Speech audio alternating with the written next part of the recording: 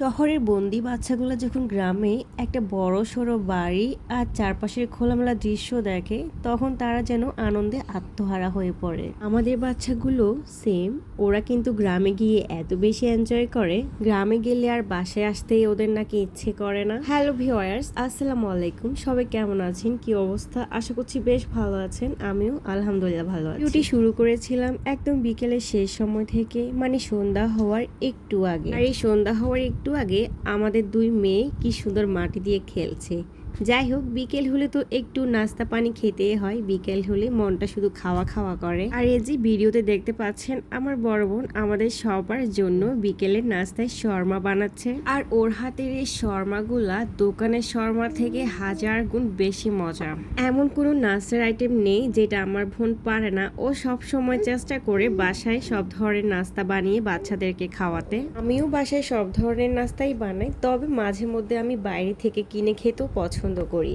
এর পরের দিন সকালবেলায় আমার খালাতো বোনের বাড়িতে দাওয়াত ছিল, মানে বাড়িতে গেলে একটার পর একটা দাওয়াত আসে আর এত ভালো লাগে। তো সকালে ওই দিন খুব আর্লি ঘুম থেকে উঠে গিয়েছিলাম, যেহেতু একটা জায়গায় যাব তাই আর্লি ঘুম থেকে উঠানোটাই বেটার। এই যে আমরা কিন্তু এখন চলে এসেছি খালাতো বোনের বাড়িতে।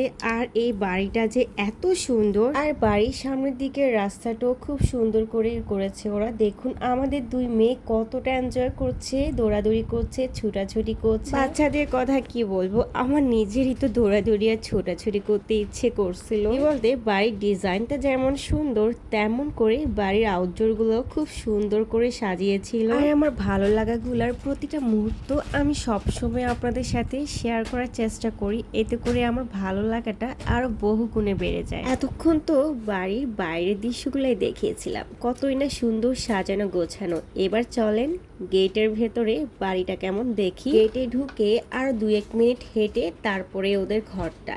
এত সুন্দর ঘর, দেখতেই পাচ্ছেন আপনারা, খুব সুন্দর করে কিন্তু পুরো ঘরটা ডেকোরেট করেছে ওরা। সুন্দর বাড়ির স্বপ্ন কার না থাকে বলেন?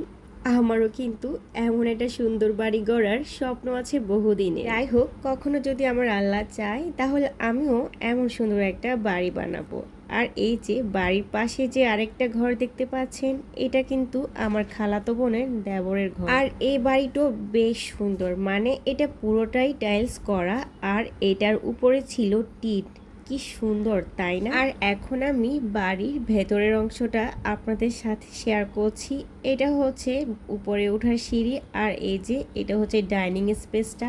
আর আমরা সবাই এখানে বসে কিন্তু খুব আড্ডা দিচ্ছিলাম। অনেক বছর পরে আমার দুই খালাতো বোনের সাথে আমাদের দেখা হয়েছিল, প্রায় 3 বছর তো হবেই। যে বোনদের সাথে ঠিকঠাক দেখা হয় না, আর খালাতো বোনদের কথা কি বলবো। যাই হোক, বলতে বলতে ভিডিওর একদম শেষ পর্যায়ে চলে এসেছি। তো আমার পুরো ভিডিওটা কেমন লেগেছে এটা কিন্তু জানাতে ভুলবেন না। সবাই অনেক অনেক ভালো থাকবেন, সুস্থ থাকবেন, আর আমার জন্য দোয়া করবেন। আল্লাহ হাফেজ সবাইকে।